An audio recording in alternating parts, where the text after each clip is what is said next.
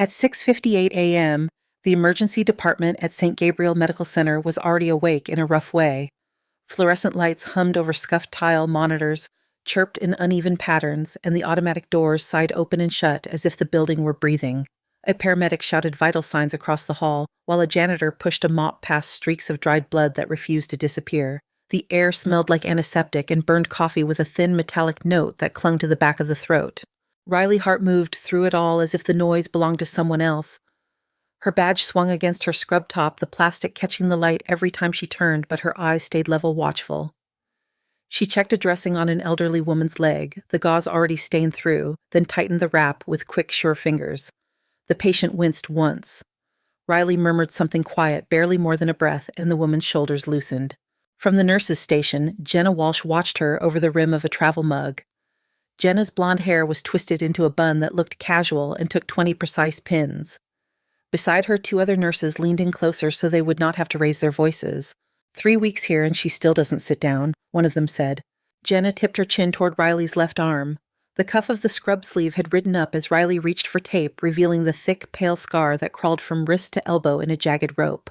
"Look at that," Jenna murmured. "Tell me that is not a story." "Motorcycle crash," the other nurse guessed. "Or some ex who pushed her through a window." Jenna smiled without warmth. "Or she tells everyone she fell. People like that always fall." On the far end of the bay, a resident barked into a phone trying to get a cardiology consult that refused to pick up. Another nurse struggled with a printer that coughed out blank pages from MedCoreX, the hospital's new patient management system. A bright poster above the nurses' station showed a stage photo of smiling staff beneath the slogan, "Embrace the future with MedCoreX." Someone had drawn devil horns on the R. Dr. Victor Lang stepped out of the glass-walled admin office and into the corridor. His white coat was immaculate, his tie a shade darker than his eyes. He did not walk so much as cut a line through the traffic expecting people to move. They did. He paused near the nurse's station, checked his watch, then swept his gaze over the room until it caught on Riley. "Is that our new MedCoreX champion?" he asked, voice cool. Jenna straightened. "That's Hart, the float from Valley Crest. She, still does a lot of things by hand." Lang's attention sharpened, by hand. He watched Riley for a moment longer. She was talking to a teenage boy with a sprained ankle crouched to his eye level, the tablet in her hand, still dark. She traced the air above his foot, explaining where the ligaments were, what a sprain meant, what he should feel, and what he should not. The boy nodded more at her tone than her words. Lang's jaw flexed. "This hospital invested 8 figures in a system that tells us exactly what to do and when. If she's not using it, fix that." "Yes, sir," Jenna said. He walked away, leaving a faint trail of clone and pressure behind him. As he passed, Dr. Arjun Patel stepped aside, balancing a tray of coffee cups with one hand. Patel's hair was mostly silver, his shoulders a little stooped, but his eyes missed very little. He followed Lang's back with a tired look, then let his gaze drift to Riley. Her hands, he noticed, did not hesitate. They moved the way some people breathed. Not rushed, not showy, just certain. Riley finished with the boy and keyed his information into the computer at the triage desk. The MedCoreX interface bloomed with colors, graphs, and warning icons. She clicked through them in a few economical motions, ignoring the blinking suggestion to wait for supervisor review. She glanced at the clock on the wall. The kid needed a splint and discharge instructions, not a committee. "Ms. Hart," a voice said behind her. She turned. Dr. Trevor Mills stood there, white coat open over wrinkled scrubs. He was not much older than she was, but his stethoscope seemed to believe he outranked everyone in the building. A red line from his glasses had imprinted itself along the side of his nose. "You skipped the MedCoreX clearance step again," he said. "It flags that." "The ankle is stable," Riley replied. "Non-weight bearing for a few days at ice elevation. He will be fine." Trevor huffed. "That is not the point. The system keeps us covered." "The kid does not care about coverage," she said. "He cares if he can walk by Friday." Trevor opened his mouth, then shut it. Something in her gaze made him look away first. He reached for a tablet on the counter instead, pretending to check a chart. When she stepped aside, Jenna slid into the space Riley had vacated. "She has a mouth on her, huh?" Jenna said lightly. Trevor shrugged, not ready to agree or defend. "She moves like she has done all this before. A lot." "Maybe in another life," Jenna replied. "Or maybe she just likes an audience." At the far end of the bay, a stretcher burst through the automatic doors, pushed by 2 paramedics. A man in his 50s writhed on the gurney, clutching his chest, sweat shining on his forehead. Monitors squealed louder. The intern at triage stared at the screen where MedCoreX was still buffering a spinning circle, sitting where the triage priority number should be.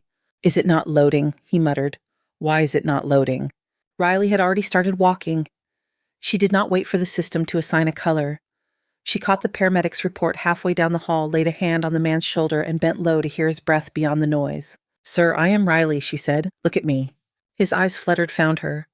While she held his gaze, her other hand found his wrist, fingers settling over the pulse. Too fast, too thready. Something in his color bothered her, a gray that did not match the numbers she heard shouted around her. "Bay 3, she called. "Get cardiology on the line, now." The intern at triage glanced between his frozen screen and Riley's back, then finally moved. Somewhere above the MedCore X system, finished thinking, and flashed a triage priority that matched what she had already decided. Later, when the man was wheeled toward the cath lab and the monitors in the bay finally went quiet, Jenna watched Riley wash her hands at the sink. The scar on Riley's arm stole the nurse's attention again, the raised tissue catching on the water beads, of it clinging like rain on old concrete. "You ever get that looked at?" Jenna asked, coming up beside her. Riley shut off the tap and reached for a towel. "It works," she said. Must have hurt. Riley considered the mirror rather than Jenna's face. The fluorescent lights made the room harsh, every flaw amplified. She dried her hands slowly, the towel dragging over ridged skin. "Some things hurt once," she said. "Some things hurt every time you talk about them."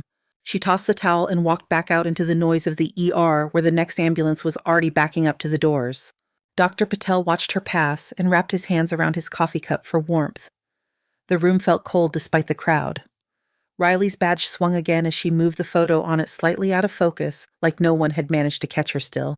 He took a slow sip and kept his thoughts to himself. The next 2 weeks slipped into the shape of a routine that belonged more to the building than to the people inside it. Morning shifts blurred into afternoons, and the neutral walls of the emergency department held the echoes of sirens and shouted orders like a kind of weather. Riley took whatever was handed to her. Stitches, A4 lines, fall injuries, panic attacks. She moved from bed to bed, chart to chart, filling in gaps without drawing a line under her own name. When a patient was anxious, she pulled the curtain most of the way and lowered her voice. When a patient was angry, she let them be angry, kept her hand steady, and did not take it from them later. MedCore X did not like her. On the monitor at the nurse's station, her profile started to gather small red flags. Deviation from suggested workflow, incomplete use of diagnostic prompts, manual override of triage recommendation.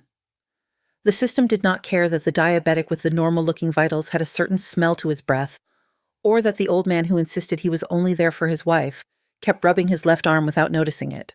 Lang cared, not in the way a doctor cares, in the way an owner of a new car cares when someone forgets to admire the interior. He watched reports populate on his tablet in the quiet of his office. So many staff names scrolled past that they turned into blur. Hart's name did not blur. It repeated a neat column of deviations and overrides. He called Jenna to his office one afternoon. She came in clutching a clipboard against her chest. "How is Ms. Hart fitting in?" he asked, tone light. Jenna shifted her weight. "She gets things done. Patients like her, she, sometimes decides before the system does." "That is the problem," Lang said. "This institution has protocols. MedCore X is one of them. We do not need improvisation." "Right," Jenna said. "Of course." "I want you to shadow her this week," he said. "Help her adapt. Make a note of any instances where she ignores the system." The way he said help made the hair on the back of Jenna's neck stir. She nodded anyway. In the crush of the next overnight shift, Riley barely noticed the eyes on her. Jenna appeared wherever she turned, always a few steps behind a thoughtful wrinkle on her brow, a pen ready to move. On a chest pain call, Riley asked for an EKG before MedCore X finished registering the complaint. On a suspected stroke, she called for a CT the moment she saw the way the man's face sagged on one side, before the system decided his priority based on the incomplete data. Jenna wrote it all down. The break room at 3 a.m. felt like a different universe. The lights were softer, the hum quieter. Someone had taped a photograph on the fridge of the last year's Halloween party. Half the people in it had already rotated out. Riley sat at the little round table by the window, a stack of charts beside her, her pen moving steadily. Coffee steamed in a cardboard cup within reach but untouched. Her eyes flicked from page to page, filling in the blanks that the system had not caught. Medications, allergies, the way a patient had reacted to being touched. Trevor pushed into the room without knocking. He went straight to the coffee machine, stabbed at the buttons, then turned when he realized someone else was there. "Oh," he said, It is you." Riley glanced up, gave a small nod, and returned to her notes. Trevor took his coffee and leaned against the counter, breezily casual in the way people are when they are not casual at all. He watched her write the way she pressed a little harder on certain words. No family. Lives alone. Jumps at loud sounds. You always finish your charts by hand like that, he asked. Helps me remember, she said. MedCoreX does that for you, he replied. That is the point. It stores everything. It does not store how they looked at the doorway, she said, or how they tried to joke but held onto the bed rail with both hands. Trevor took a sip of coffee. It was too hot. He swallowed anyway. You know what people say, he went on, aiming for a laugh that did not quite arrive. We have rules so no one thinks they are a hero. She kept writing for another line as if he had not spoken. Then she set the pen down. I do not think I am a hero, she said. I just do not want to stand there and watch while something preventable happens. The fluorescent light hummed. A machine clicked gently in the hall. Trevor's jaw tightened. You think that is what the rest of us do? Just stand there? She lifted her gaze to him. Her eyes were not sharp or accusing. They were tired. I think the system makes it easier to wait, she said. Sometimes waiting is the same as standing there. He felt the words land a little too close to the thing he did not like about himself on nights when he stared at the ceiling instead of sleeping. He turned away, fiddling with the stack of sugar packets beside the coffee machine. You handle IVs like you are starting lines in your sleep, he said. You call orders like someone who has run comms under fire. Riley blinked once. You have a colorful imagination. Trevor pushed off the counter. I have a brother who deployed twice with the Marines. I know what it sounds like when somebody talks like they do not have time for hesitation. The charts waited between them, quiet testimonies. Riley picked up her pen again. Go get some rest, Dr. Mills.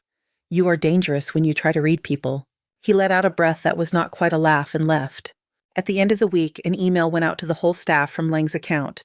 New schedule, new hours.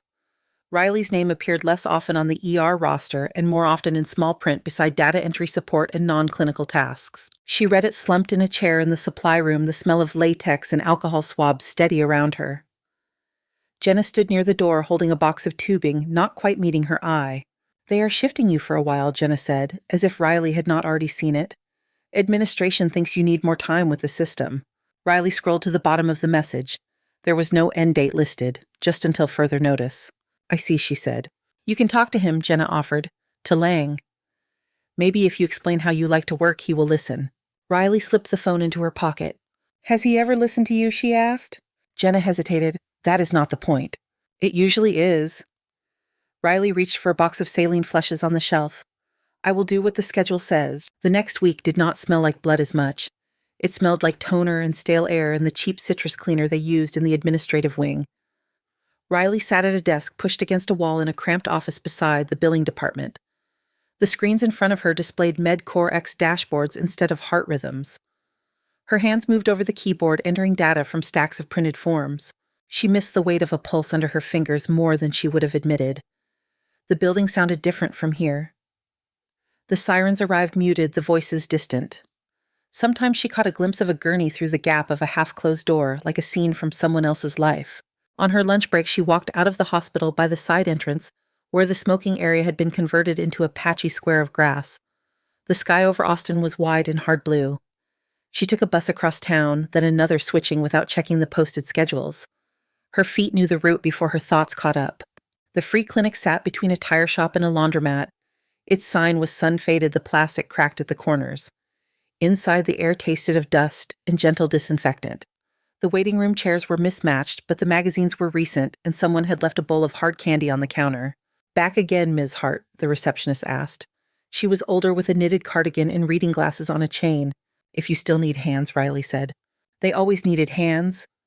Most of the patients who came in wore their past across their bodies, tattoos and fading ink, scars that matched no surgeon's map, limps and missing fingers and faces that tightened at sharp noises in the street. Riley took blood pressures, changed dressings, listened to stories when people felt like telling them and never asked when they did not. One man in a worn Marine Corps hoodie watched her coil a blood pressure cuff and tilt his head. You served, he asked. Riley folded the cuff. I worked around people who did. He studied her a moment longer, as if trying to place her in a memory that would not quite focus. She wrote his name on a chart, her handwriting neat and small, and moved on. By the time she caught the last bus back towards St. Gabriel, the sky had gone a deep purple, the city lights coming up in pockets. Her reflection in the bus window floated over the passing storefronts, double exposed, not entirely part of either world. The morning after the clinic shift, the air around St. Gabriel felt heavier, as if the night had left fingerprints on the glass. Riley arrived before the sun cleared the parking structure, her breath a faint cloud in the chill. The automatic doors opened for her with their usual soft sigh. Inside, the warmth smelled the same as always, cleaning solution coffee, the ghost of something metallic. Her name still appeared on the ER board, just not as often. That morning it glowed in dry marker beside a modest list of assignments: triage support, wound care, float. She tied her hair back at the locker, checked that her badge sat straight, and tugged her scrub sleeve down over the familiar raised line on her arm. The fabric caught slightly on the ridged skin before settling. The department was in that narrow space between quiet and chaos. A few patients dozed behind curtains. A television in the waiting room murmured about traffic and politics to people who were not listening. The MedCore X screen at the nurses' station showed a grid of names and colors that shifted every few seconds as new information trickled in. Dr. Patel stood near the board, stirring powdered creamer into a cardboard cup. He gave Riley a small nod. "Morning, Ms. Hart," he said. "Morning, doctor," she replied. He tipped his cup in the direction of the monitors. "Looks calm." Riley checked the clock, for now. She had just finished changing a dressing on a post-op patient when the double doors at the ambulance bay slammed open. Two paramedics pushed in a stretcher at speed, their coated shoes squeaking on the tile. A man in his early 50s lay on the gurney skin, a chalky pale shirt, cut open, dried blood on his side. 53-year-old male, the lead medic called. Found on the warehouse floor.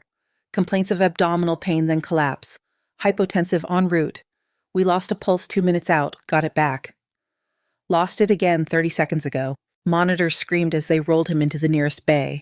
A junior attending Dr. Lewis hurried over, snapping on gloves, eyes wide. "What is his pressure now?" she asked. "Useless," the medic replied. "He is not perfusing." MedCore X populated his profile in the background. Name. Possible internal hemorrhage. Suggested protocol. Predicted mortality. The cardiac monitor showed a fragile line, then flattened. A single high continuous tone filled the room.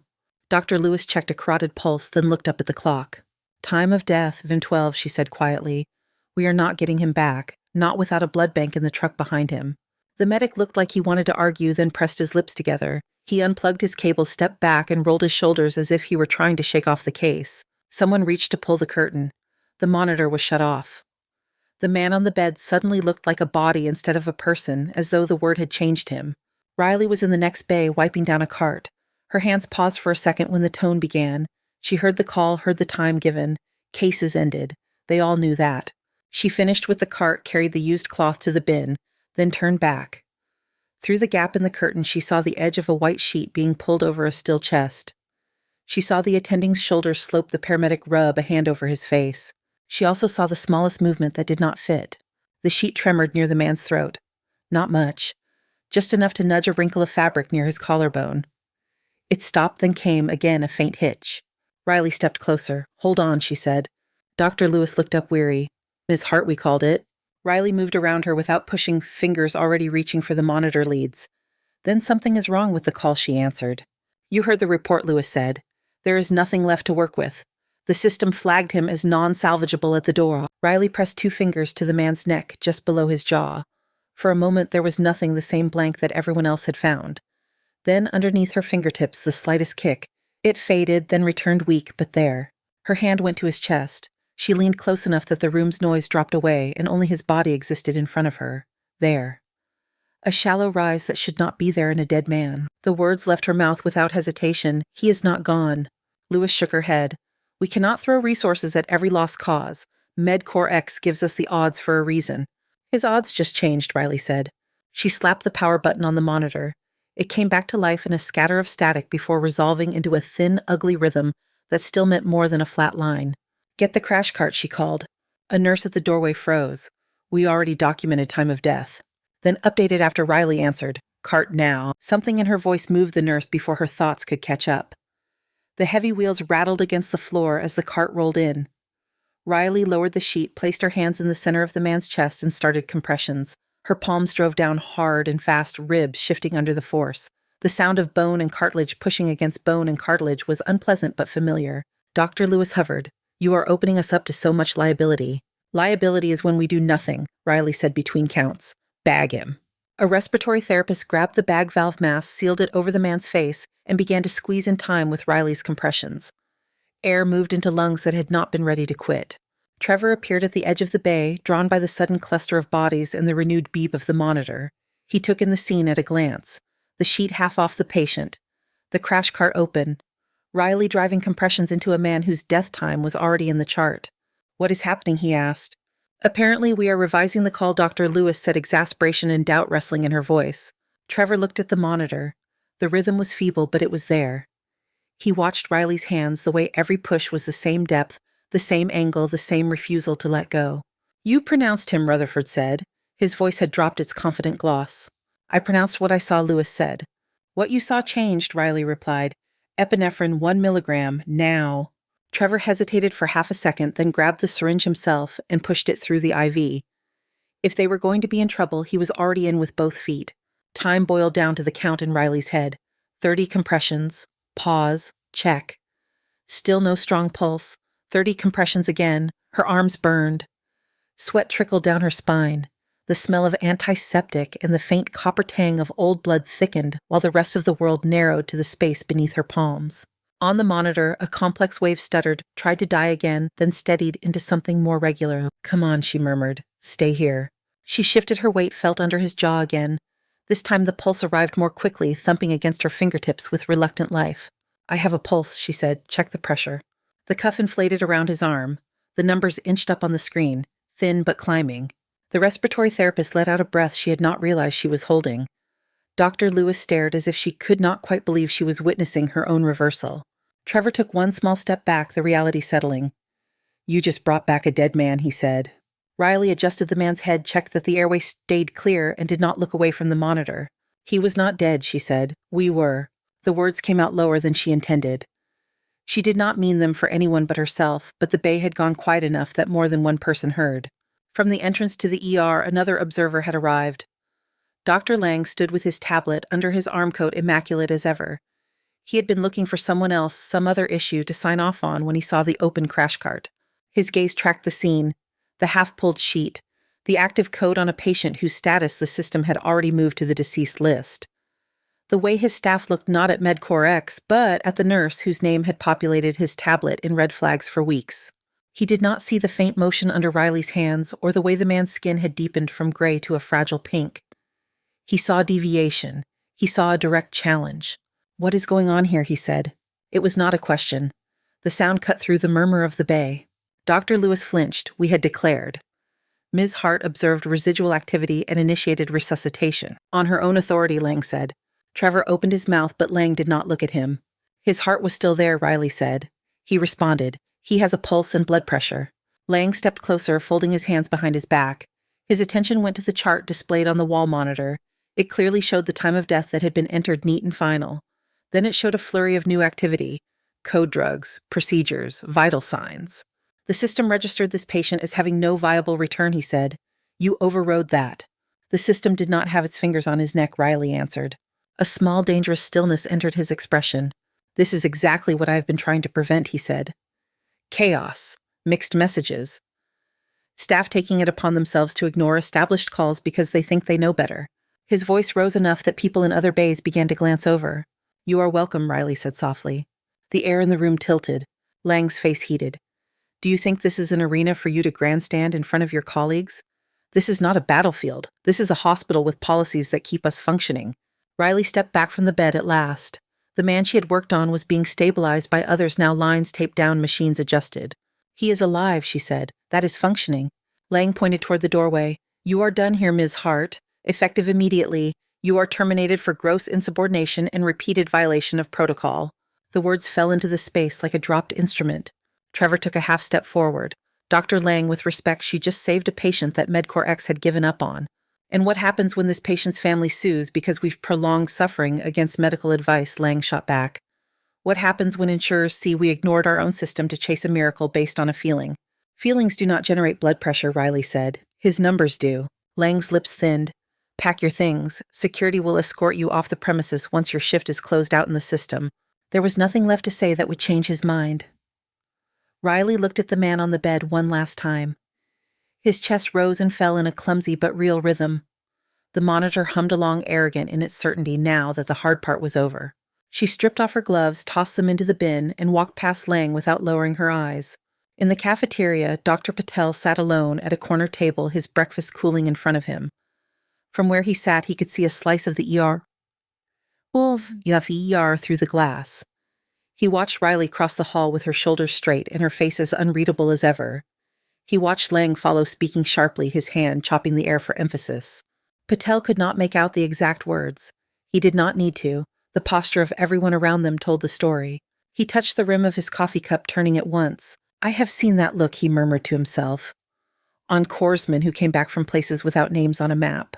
He took a slow sip, his gaze lingering on the flash of pale scar visible as Riley pushed open the door to the staff corridor and disappeared inside. The staff corridor felt narrower than usual, the walls closing in around the rows of beige lockers and sagging bulletin boards. Someone had pinned up a flyer about a charity 5K run. Somebody else had written over the date with a black marker. "Good luck finding time." Riley spun her combination lock and tugged the metal door open. The inside of the locker was almost bare. One folded sweatshirt, a small battered field handbook tucked into the corner, a pen with a cracked casing. Her lunch sat on the top shelf in a paper bag, starting to go translucent from whatever had leaked. She sat on the bench and exhaled slowly, as if she had been holding her breath since Lang said the words. Terminated, done, finished. Her badge hung around her neck, still warm from her skin. In a few minutes it would be a plastic rectangle with no purpose. Riley took it off and set it inside the locker for a moment beside the handbook. Her fingers brushed the spine of the book, feeling the wrinkled cover through the thin film of plastic she had taped over it years ago. Underneath there were dog tags she never wore, looped through the spiral binding. She did not pull them out. She swapped her bloody scrub top for a clean one, then for her own shirt. The fluorescent light flickered once as she lifted the scrub over her head, leaving her arm bare. The scar that twined from wrist to elbow looked harsher without the blue cotton to mute it, the raised tissue casting its own shadows. The door banged open. "Riley," someone shouted. "You still in here?" Jenna stumbled in breath, short hair coming loose from its pins. Her eyes were two wide pupils blown black under the harsh light. "You cannot be in here right now," she said in a rush. "We have a multi-trauma. Construction site collapse on 5th. They are bringing them in fast." Riley pulled her sleeve back down. "I was told to pack my things." "I know what he told you." Jenna shook her head, hands flat against the air as if she could smooth something out that would not lie flat. "We are short-staffed and the attending is tied up in surgery, and the backup is still 20 minutes out. They just radioed. One of the victims is critical. Young woman crush injuries, vitals tanking." The alarm that underscored every code in the building sounded faintly overhead, muffled by concrete. Code yellow. External disaster. "Call in more nurses," Riley said. Her words were even, but something behind her ribs shifted. "You have plenty." "We do not have you," Jenna replied before she could stop herself. For a second, neither moved. The metal bench, the fluorescent hum, the smell of bleach all waited. Then the overhead speaker crackled. "Mass casualty incoming to emergency. All available personnel to the main bay." Jenna swallowed. "Lang is in a meeting upstairs. Nobody has time to ask what he wants." Riley closed the locker door. The latch clicked shut with a small dry sound. "My bag can wait," she said. The emergency department had changed in the time it took them to walk there. The quiet gap between cases had vanished. Stretchers rolled in a staggered line, voices overlapped. Someone shouted for more oxygen tanks. Another yelled for blood. Dust clung to the clothes of the people coming through the doors. Concrete grit, pale and fine, turned dark where it mixed with blood. The first patient, a man in an orange safety vest, moaned behind an oxygen mask, one leg bent wrong. The second, a woman with a gash on her forehead, clutched the hand of a coworker on the next stretcher, refusing to let go. The third stretcher came in faster. Female 20s, the paramedic called. Construction worker. Scaffolding collapse. Unresponsive most of the way. Hypotensive tachycardic sats in the low 80s. Possible chest trauma. The woman on the gurney wore a hard hat that had cracked right across the middle. Someone had taped it back together on the ride in, as if they could fix her that way too. Her work shirt was torn, plaster dust stuck to her eyelashes. Purple marks mottled her chest and neck, blooming under her skin. For a heartbeat, no one claimed her. Riley felt the space open around the bed, that dangerous hesitation when everyone tried to calculate at once. Resources, expertise, time. Jenna turned to her, panic sharpening the lines of her face. "Do not," she whispered. "Lang said you are done here. He will hang us both if you touch a patient."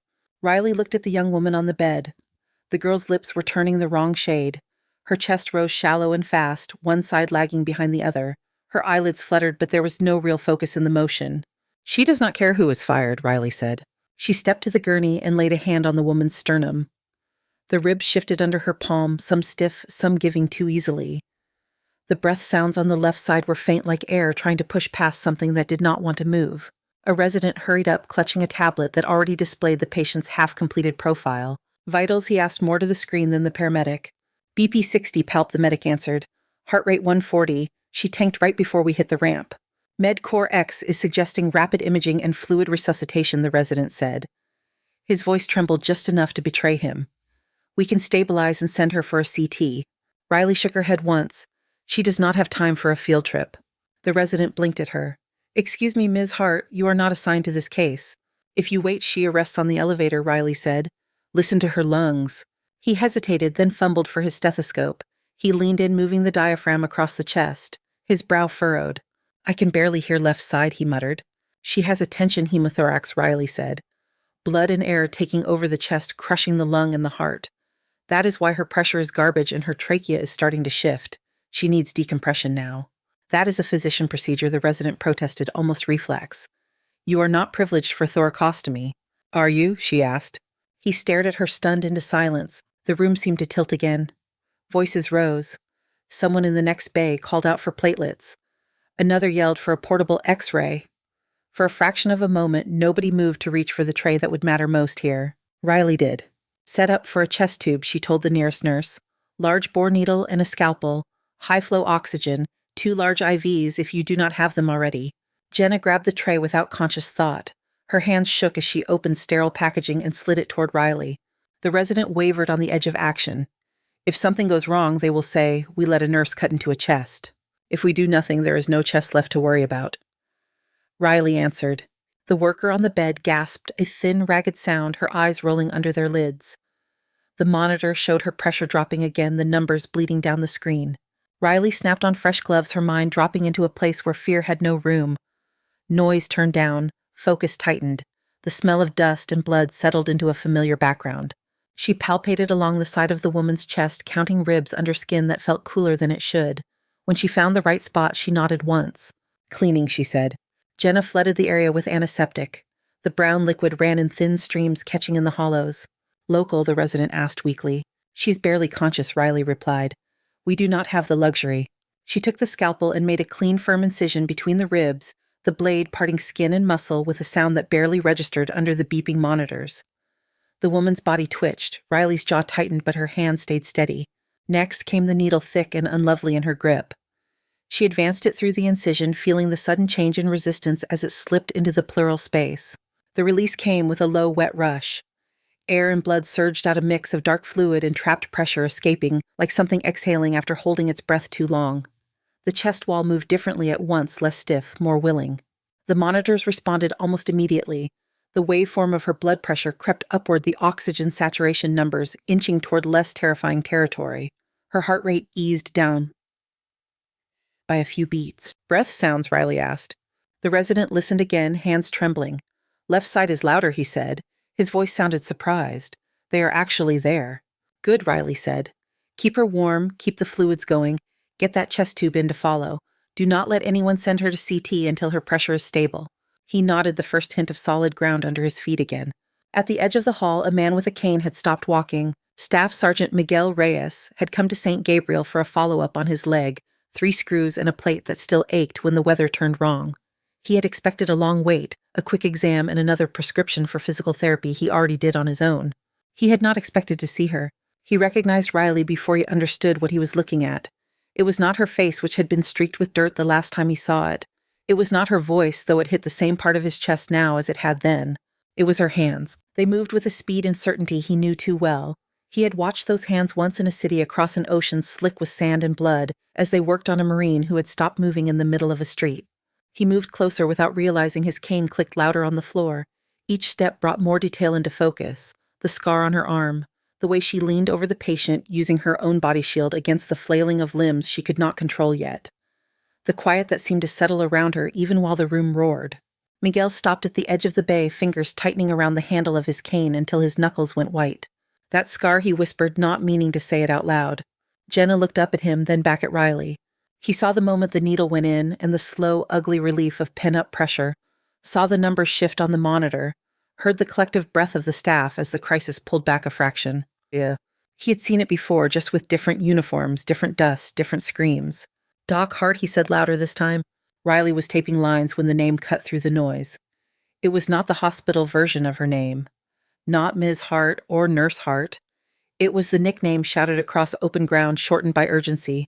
She froze for half a second, a pause so brief most people would have missed it. Then she finished the tape and straightened. Miguel stepped closer. His face was older than in her memory lines carved deeper around his eyes, but the set of his jaw was the same. His left leg dragged faintly with each step. "You were in Fallujah," he said. The word came out raw. "You were the courseman, attached to 2nd Platoon, the one who covered the lieutenant when the IED went off. Hart. Doc Hart. They said you died." Jenna stared between them, the chart in her hands forgotten. The resident blinked, unfamiliar with the name of a city that lived mostly in news footage to him. Riley's posture tightened in a way that had nothing to do with the patient on the bed. "This woman needs us," she said. "Keep her airway clear, watch her pressure, she's not out of danger." Miguel took half a step closer, hope and guilt and something like awe fighting in his expression. "You saved 6 men in a blown-out alley while we were taking fire," he said. "I watched you tie off a leg that was half gone with your own belt. I watched you drag a lieutenant bigger than you behind a burned-out truck. I never forgot your face, or that scar." He gestured toward her arm. Conversation had quieted in a radius around them. The words did not bounce so much as sink. Riley glanced at the young woman on the stretcher, then at the other beds, the forms moving behind curtains, the eyes watching from doorways. "Do not," she said. Her voice did not rise, but it stiffened. "There are patients who do not know anything about that street and do not need to. They only need to know if we show up for them now." Miguel swallowed hard. He brought his heels together almost unconsciously, standing a little straighter despite the cane. "Yes, ma'am," he said. Riley gave one small nod as if accepting a report. Then she reached to adjust the oxygen mask on the worker's face, the motion efficient and almost gentle. Somewhere in the building an elevator chimed. In the bay, the monitors kept up their steady argument against the worst-case scenarios that had been hanging over the room a few minutes before. Riley peeled off her gloves and pulled on a new pair, already turning toward the next call for help. For a brief stretch of minutes, the emergency department rode a jagged plateau. The worst edges of the collapse cases had been blunted. The young worker's blood pressure held in the numbers Riley could live with. Orthopedics appeared to claim the man with the broken leg. The rest of the staff found the kind of steady rhythm that felt almost like calm if you did not listen too closely. Riley stepped back from the construction worker's bay and let herself breathe out. Sweat pasted the collar of her scrub top to the back of her neck. Her hands smelled of antiseptic through the latex. She flexed her fingers once and felt the familiar ache in the joints. Jenna brushed past her, muttering about more warm blankets and depleted supplies. Miguel lingered near the wall, watching her work in the way soldiers watched incoming weather. He caught her eye just long enough to offer a small, tight nod. There were 1,000 things he wanted to say. "Thank you. I am sorry. I thought you were gone." None of them fit the space between code calls and charting. The overhead speaker crackled. Code black. Multiple critical incoming from Camp Bastion Fuel Depot. All trauma teams to emergency intake. The words slid under the skin of the room. Conversations cut off mid-sentence. Nurses abandoned coffee cups on counters. The residents who had started to believe the worst was behind them snapped back to attention. Riley felt it hit her chest. Camp Bastion. Fuel Depot. The combination painted a picture without any need for imagination.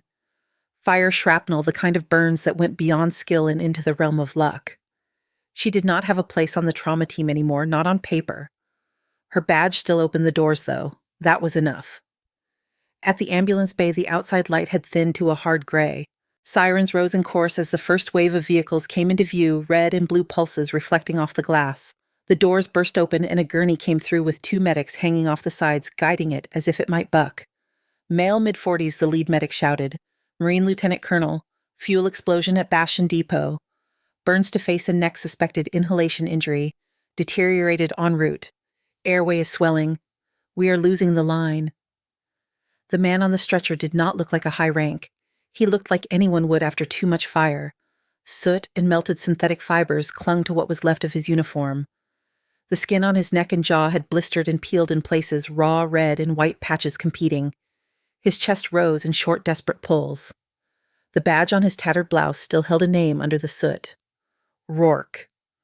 The letters punched through Riley harder than the cold air from the bay doors. She stepped closer without meaning to. For a second, the room around her wavered. The tile under her feet became dust. The overhead fluorescent lights turned to an empty sky full of brown haze. Somewhere in that not-quite memory, someone screamed incoming and the world shook. A hand brushed her shoulder. Present came back into focus. Ms. Hart Trevor sat at her side. He did not ask why she had gone pale. "We need to move." They rolled the gurney into the nearest major trauma bay. Anesthesiology had been paged. The on-call trauma surgeon ran in, talking fast about burn protocols and airway management. An attendant snapped an oxygen mask over the man's blistered face, but the seal was bad, the plastic slipping against damaged skin. Rourke made a sound deep in his throat, a wet, choking rasp that tried and failed to be a cough. "His airway is closing," the anesthesiologist said. "We need to intubate now." He reached for the laryngoscope. His hand shook. It was not much, just a tremor, but the blade in his grip caught the light in a stuttered way. Riley watched his eyes. They flicked to the burned tissue inside Rourke's mouth, the swelling tongue, the char matted in his beard. He saw the risk, the difficulty, the possibility of making it worse. Behind them, Dr. Lang appeared as if summoned by the scent of risk.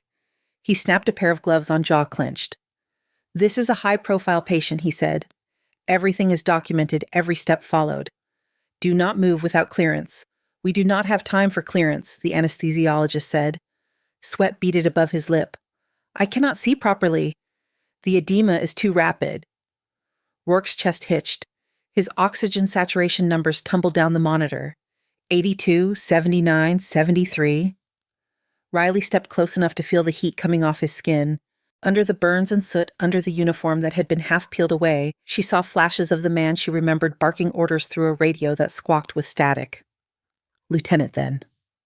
Laughing at some stupid joke one of the privates had made while they waited for evac. His eyes were swollen, almost shut now, but they flickered. She did not know if he saw anything through the narrow slits, but his body was still fighting. "If you force a tube through that," she said, "you bleed him and finish the swelling. He never breathes on his own again." Lang shot her a look. "You are not assigned to this case." "He is suffocating," Riley said. "You are arguing." Oxygen dipped to 68. The monitor alarm shrieked. The room tightened into a knot of bodies and equipment. "We prepare for a surgical airway," the anesthesiologist said. "Cricothyroidotomy." He reached for the kit. His hands did not stop shaking. Lang grabbed his wrist. "You are not cutting into a Marine colonel's throat without my sign-off." "If we wait for your sign-off, he dies," Riley said. She had already moved to the head of the bed. Her fingers found Rourke's jaw, tilted it gently. The smell of burned hair and flesh rose up thick and oily. She swallowed it. "Get me a scalpel and a crick kit," she said. No one moved. The moment stretched brittle and dangerous. Then Trevor reached for the tray. His voice was steady when he spoke. "Crick kit for Hart. Now." Hands scrambled. Metal clinked. The tools appeared in front of her, sterile in their blue packaging. Lang's voice climbed. "Ms. Hart, you will not touch this man. You are terminated. You have no authority here. Step away." His words came from somewhere far away. Riley heard instead the thin wheeze of air trying to force its way through a narrowing passage. She saw the skin at the base of Rourke's neck pulling in with each gasping breath, the strain of muscle and cartilage under her fingertips. She placed her left hand on his throat and felt for the landmarks. Thyroid cartilage. Cricoid. The small soft space between her fingers recognizing the map in burned terrain. She picked up the scalpel. "Time of last effective breath is almost gone," she said. "We cut now or we lose him." No one stopped her. The blade kissed the skin just below his Adam's apple and drew a precise line. Blood welled up bright against the charred tissue. She opened the space with 2 quick motions, creating a small dark mouth where there had been none. "Dilator," she said. It was pressed into her hand. She slid it in, spreading the opening without tearing more than necessary. Then the trach tube followed firm and sure, guided by muscle memory older than this hospital. Her world narrowed to the feel of resistance, the give, when the tube entered the trachea instead of soft tissue. When it seated, she connected it to the bag. "Ventilate," she ordered. The respiratory therapist squeezed the bag. Air flowed through the new passage with a sound that was almost obscene, a deep whoosh that filled his chest. The bruised rise and fall smoothed by degrees as oxygen found its way in. On the monitor, the oxygen saturation numbers slowed their fall, hesitated, then began to climb. 58, 65, 72. The room exhaled with him. Riley held the tube with her scarred arm braced along his neck, anchoring everything in place. "Secure it," she said quietly. Trevor taped the tube, his fingers moving with a speed he had not known he possessed. The anesthesiologist stepped back staring. "I have never seen it done that fast." "It was not fast," Riley said. "It was on time." From the doorway someone whispered, "That is combat speed." Lang stood very still. His face had gone a pale, unhealthy color that had nothing to do with the hospital lights. He looked not at the man whose life had just been dragged back from the brink, but at the ring of staff around the bed. Their attention was not on him. It had not been for some time. A new sound grew low and distant at first, a deep, steady thump that vibrated in the walls. Dust trembled loose from the ceiling tiles. "Helicopter," someone said. The rotor noise intensified until it sat inside their chests. A shadow passed over the skylight in the corridor. The building seemed to crouch under the weight of the machine settling onto the rooftop pad. Lang straightened his coat as if that could settle the shaking inside him. "What is that about?" he muttered. They found out less than a minute later. The main ER doors slid open again this time to admit 3 officers in dark dress uniforms. They did not pause at the reception desk. They did not sign the visitor log. They walked through with the unhurried precision of people who knew they did not need permission to be anywhere. At their head was a Navy officer with the rank of commander on his shoulders. His posture was relaxed, but there was nothing soft in his eyes. He took in the scene in a single pass. The burn victim with the fresh trach. The staff ringed around the bed. The nurse with the scarred arm still resting along the side of the patient's neck. He stopped at the foot of the bed. "Chief Petty Officer Riley Hart," he said. "Ma'am." The word landed like a dropped stone. Riley lifted her head. Her hands did not leave Rourke. "Commander," she said. In the space between 2 heartbeats, every civilian in the room realized 2 things. Riley outranked someone, and it was not them. The commander and the 2 officers behind him snapped into a crisp salute, hands sharp at their brows. The gesture was directed at Riley, not at Lang, not at the hospital logo on the wall. Conversation in the surrounding bays died. The only sounds left were monitors and the soft hiss of oxygen. The commander dropped his salute and let his gaze sweep the room again. "I am Commander Avery Cole," he said. "United States Navy. I am here under orders from the Department of the Navy to assume authority over Chief Petty Officer Hart's status and to review the circumstances of her termination." Lang found his voice. "This is my hospital," he said. The echoes of the helicopter rotors made his words sound smaller. "I am responsible for staffing decisions. That includes ending the employment of personnel who refuse to follow protocol." Cole turned his attention to him slowly. There was no hostility in his expression, which somehow made it worse. "Dr. Lang, we have reviewed your notice of termination," he said. "Chief Hart is an active asset in a classified readiness program known as Sentinel Harbor. Her placement here was not incidental. You removed her from duty while she was engaged in the immediate preservation of life, including the life of a senior Marine officer. That is a problem for us." Lang bristled.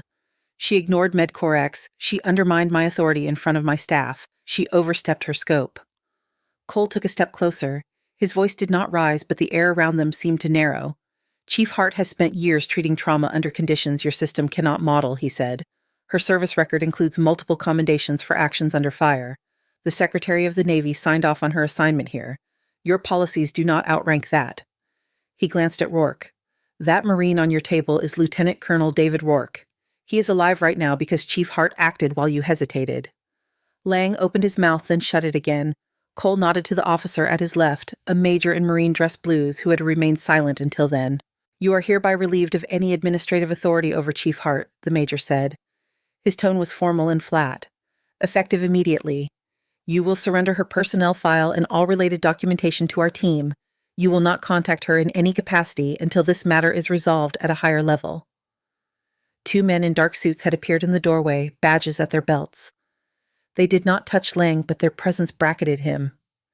"This is an overreach," Lang managed. "You cannot just walk into a civilian hospital and dictate policy." Cole raised an eyebrow. "Doctor, when a Marine colonel is dying on your table and your staff freezes and the one person who can open an airway is the person you fired for acting on her training, the question is not what we can do." His gaze hardened just enough to show the steel underneath. "The question is why you still think you are the one in charge." The silence that followed had a different weight to it. Not the quiet of fear, but the hush that fell when people saw a line redraw itself in front of them. Riley finally lifted her arm from Rourke's neck, the tube held steady, secured by tape in the hands of another nurse. She stepped away from the bed, fingers flexing as if remembering the feel of cartilage and steel. Lang looked at her. There was something like recognition there now, but it had nothing to do with respect.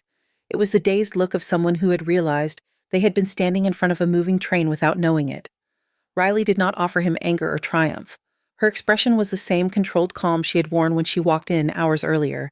"You told me I was done here," she said. "I am not the one who decides that." She nodded once to Miguel, who stood straighter, then to Trevor and Jenna, who stared at her as if they were seeing more than one version of her layered over each other.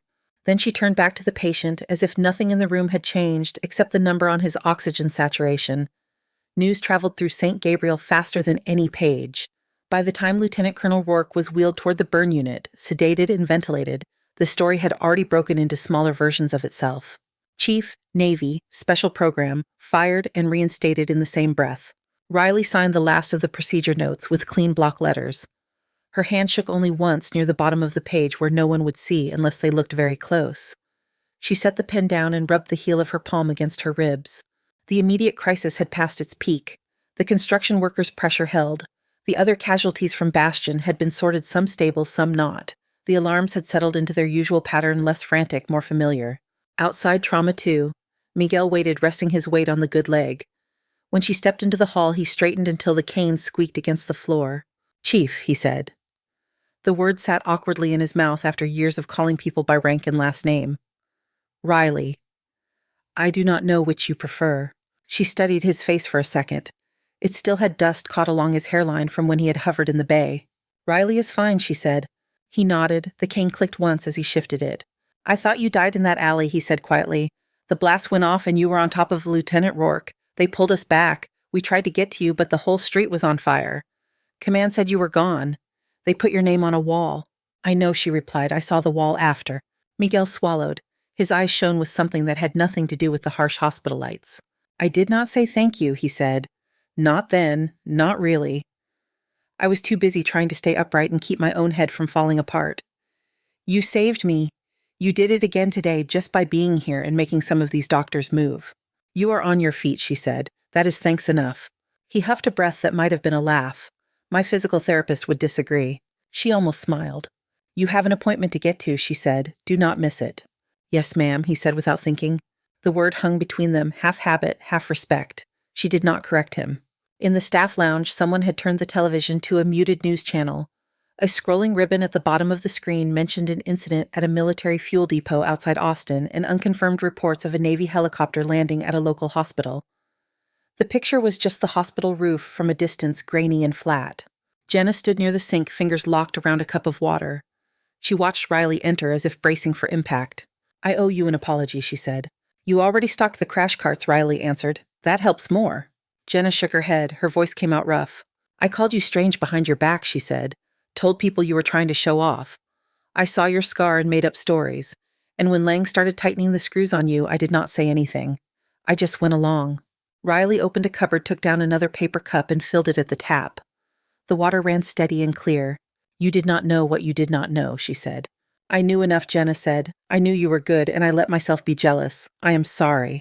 Riley took a sip of her water. It tasted like every hospital in every city. "You do not need my forgiveness to change how you work," she said. "Pay attention to your patients. Pay attention to your people. That will be enough." She did not say it with heat. It sounded like an instruction, the kind that belonged in a protocol manual no one had written yet. Later, when the shifts began to turn over and the worst of the day had blurred into chart entries and half-remembered shouts, Commander Cole found her near the nurses' station. "The bird is ready on the roof," he said. "We have a slot to get you to the secure facility for debrief and follow up." "Now?" she asked. He nodded. "Your reassignment orders already came through. Sentinel Harbor wants you back under their eye." She looked around the ER. The whiteboard showed fewer names than it had that morning. The MedCore X screen glowed in quiet colors. Trevor stood at a computer reviewing a trauma protocol he had never bothered to open before. Jenna adjusted a sling on a patient with uncharacteristic patience. "I need to check on one more person," Riley said.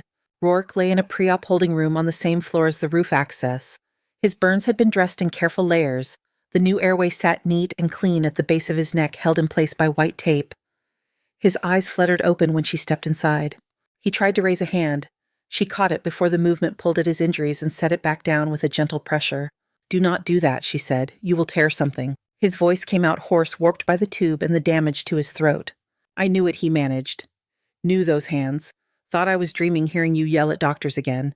She pulled a stool close to the bed. "You have always been bad at staying out of trouble," she said. He smiled with the side of his mouth that could manage it. A thin line cleared in the soot at the corner of his eye where a tear cut through. "Did they drag you back into the fight because of me?" he asked. "Because if they did, I owe you another apology. They sent me here long before you blew up your fuel depot," she said. "You are just very good at finding the center of the blast radius." He shut his eyes briefly, relief loosening his features. "Figures," he muttered. "They will take care of you now," she said. "Real burn team, real rehab. Do what they tell you." "Yes, Chief," he said. She hesitated, then reached out and laid her fingers lightly over his wrist. His pulse tapped back, stubborn and steady. "Stay," she said. "You are not done yet." On the roof, the air carried a cold bite. The helicopter waited with its rotors ticking slowly, a heavy shape against the darkening sky. The city spread out beyond the edge of the pad lights, flicking on in clusters, highway traffic already starting its evening crawl. The ER staff formed two lines along the path from the stairwell to the aircraft. Nurses, residents, techs, even a janitor with a mop still in his hand. None of them had been told to stand there. They came anyway. As Riley stepped through the door, they straightened. One by one, hands rose in a salute that was imperfect but earnest. Some put their fingers in the wrong place. Some hesitated halfway up. No one dropped their gaze. For the first time that day, a full, unguarded smile touched her face. It softened the hard edges the hospital lights had carved into her features.